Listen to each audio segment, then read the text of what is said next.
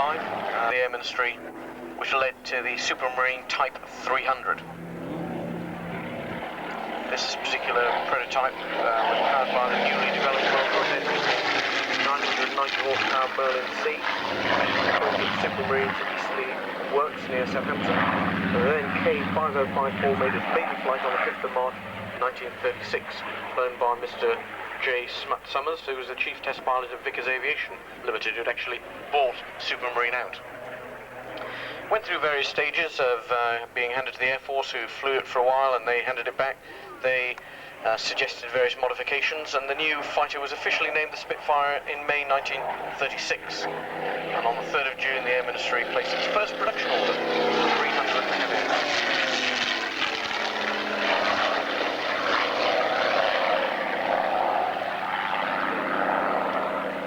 It wasn't until 3rd of August 1938 the third production Spitfire Mark I was delivered to 19th Squadron at Duxford. All the earlier models had two-bladed fixed propellers. By the outbreak of the Second World War, there were about 300 Spitfires being built, and over 2,000 were on order. And that resulted in a new factory being built at Cashel Bromwich by the Nuffield organisation. So the Royal Air Force started the war with 9 squadrons fully equipped with the aircraft, 2 more in the middle of re-equipping. First German aircraft to fall to the guns of a Spitfire was a Junkers 88, shot down off the Scottish coast on the 6th of October 1939 by one of 2 Spitfires flown from 603 Squadron. Interesting that the basic airframe started weighing about 6,000 pounds, powered by a Rolls-Royce engine developing about 1,000 horsepower. By the end of the production run, when you're getting the very powerful versions, we're looking then at an aircraft that has doubled its weight and being powered by an engine that was around about 2,400 horsepower by the end of its production run in the early 50s. The aircraft we're looking at is PM631, a Mark 19, currently in SEAC Southeast Asian colours of 681 Squadron.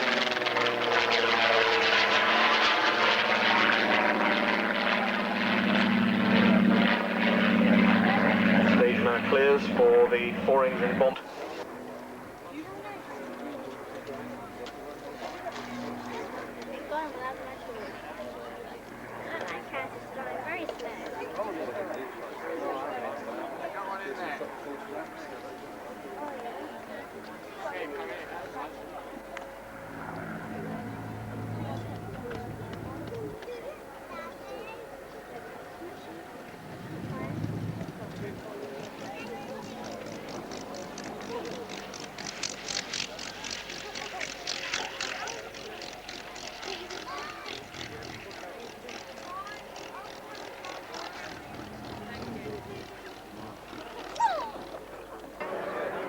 Top speed of Corsair around about 470 miles an hour, could climb to 21,000 feet.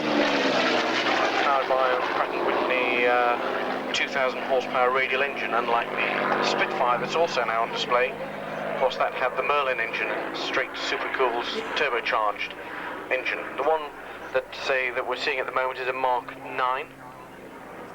After the Mark 5, which operated with the Merlin 45, 50 and 55 engines, the Mark 6 was a high-altitude version, powered by a 4-bladed propeller. Early month of 1942, they brought out the Mark 7 and the Mark 8, being developed for the Merlin 600 series. The Mark 7 was pressurised, the Mark 8 was unpressurised.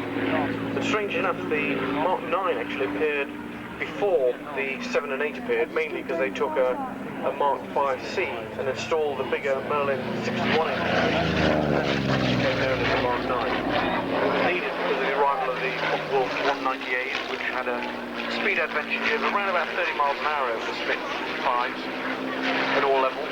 Had a superior rate of climb, better dive speed, better manoeuvrability, and they needed something that they could fly against these. They eventually flew a Mark 5 against a captured Focke-Wulf 109. And these trials were flown by the Air Fighter Development Unit. And that's how they worked out what they really needed to do to get things back into balance again. They did various installations with the bigger engine, and the final solution literally was a Mark 5C, but with the bigger engine that became the Mark 9. There were just over 5,000 Mark 9s built at Castle Rock College, a further 591 built by Supermarine, making the Mark 9 the second most produced Spitfire after the Mark 5. Mark 5 went to service, Mark 9 went to service with the 4th Squadron to Hornchurch on the 30th of July 1942, and was responsible for shooting down 3 Cornwall 190s on its first sortie. 2 20mm Spanner Mark II cannons, 4 .303-inch Browning machine guns.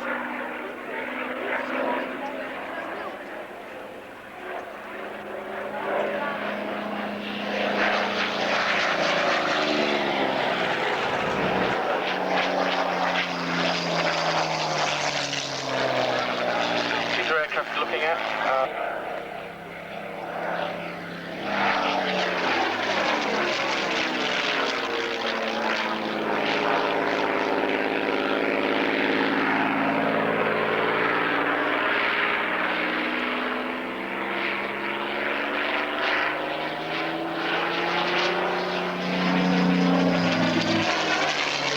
How good the aircraft is actually. It's virtually in its original state. It's never been rebuilt.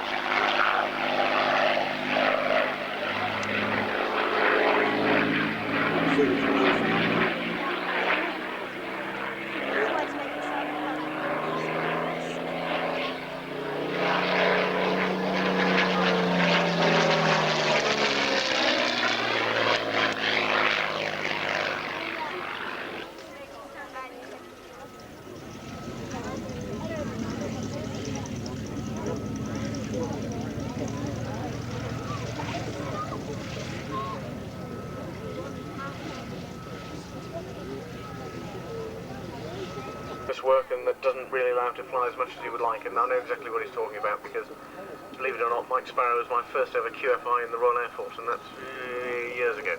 In any case, that nice gentle spin coming down, checking the aircraft at 90 degrees to the runway line, pulling up for a nice gentle roll on the back.